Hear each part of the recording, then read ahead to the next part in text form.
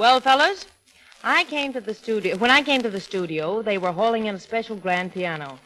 And then along comes a piano tuner who gives it a terrific going over. Like Snuffy Smith, I say, what's all the fuss? Why the special grand piano? Do we have some famous artist like Jose Iturbi or somebody that we need this fancy 88? And then who walks in? Naturally, Jose Iturbi himself. And that's good news for men like Lieutenant Lemaire at 96 cents, 66, and Alfred Lapidus, ensign with my good friend the Navy. So for all of you who've asked command performance for one of the greatest pianists in America, here he is, playing Chopin's Waltz in A-flat, Jose Iturbi.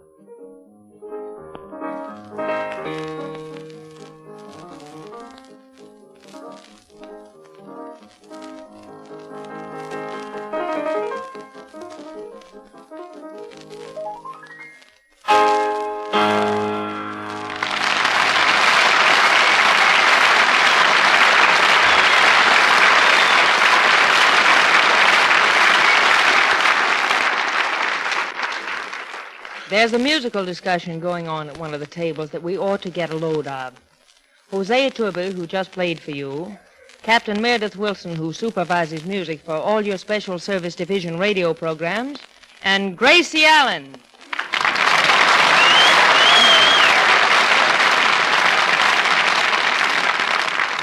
Oh, Mr. Iturbi, I thought you played very well. Thank you. Of course, I don't understand boogie-woogie. Boogie-woogie? Well, yes, you see, my artistic soul demands the classics. Beethoven, Mozart, Strauss, Fudnik. Fudnik? Mr. Iturbi, are you familiar with the works of Fudnik? I believe not, Captain. Oh, gentlemen, I'm afraid you're out of touch with music. You see, they're doing Fudnik's things on the radio now. What are some of them? Well, now here's one that I consider a real classic. Give me a package of Beeman's Pepsin chewing gum, please. I understand you have a concerto for index finger, Mrs. Burns.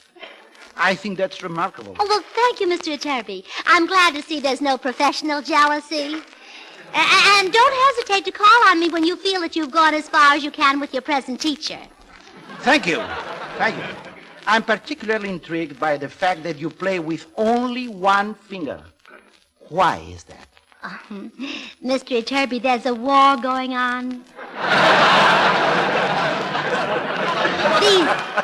These are busy times. Who knows what we may be called on to do? This way I can play the piano and still have 9 fingers free for other things.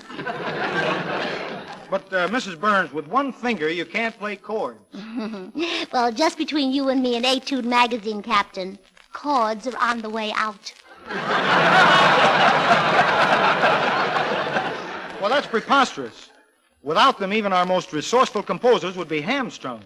Shostakovich has achieved some of his finest effects through the use of a diminished fifth. A diminished fifth? Yes.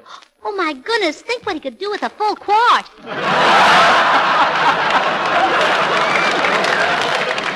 Mrs. Burns, how long have you been interested in music? Well, all my life, 17 or 18 years. I played the piano before I was even tall enough to see the keyboard. You mean you couldn't even see what you were playing? That's right. And would you believe it, I played just as well then as I do now. That I believe. Well, of course, I really don't deserve the credit for my genius. Our whole family was musical. Now, my brother Willie learned to play the violin before he learned to read or write. Remarkable.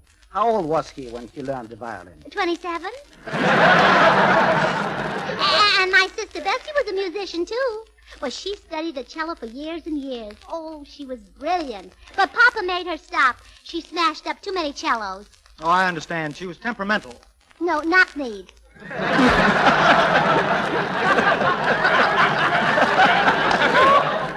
A quite remarkable family, Mrs. Burns. No doubt your husband is musical, too. George? Oh, he loves music. He sits in the theater, and every time the music stops, he just applauds and applauds until it starts again. I should like to entertain your husband sometime. Oh, Mr. Iturbi, you look awfully silly up there on the runway taking off your clothes.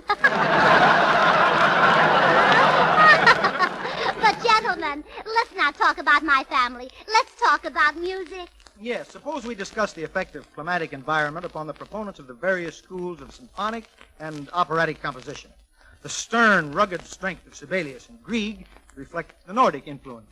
Personally, I prefer the influence of the warmer climes as reflected in the bel canto of Verdi, the appassionamento of Puccini, the cantabile of Donizetti.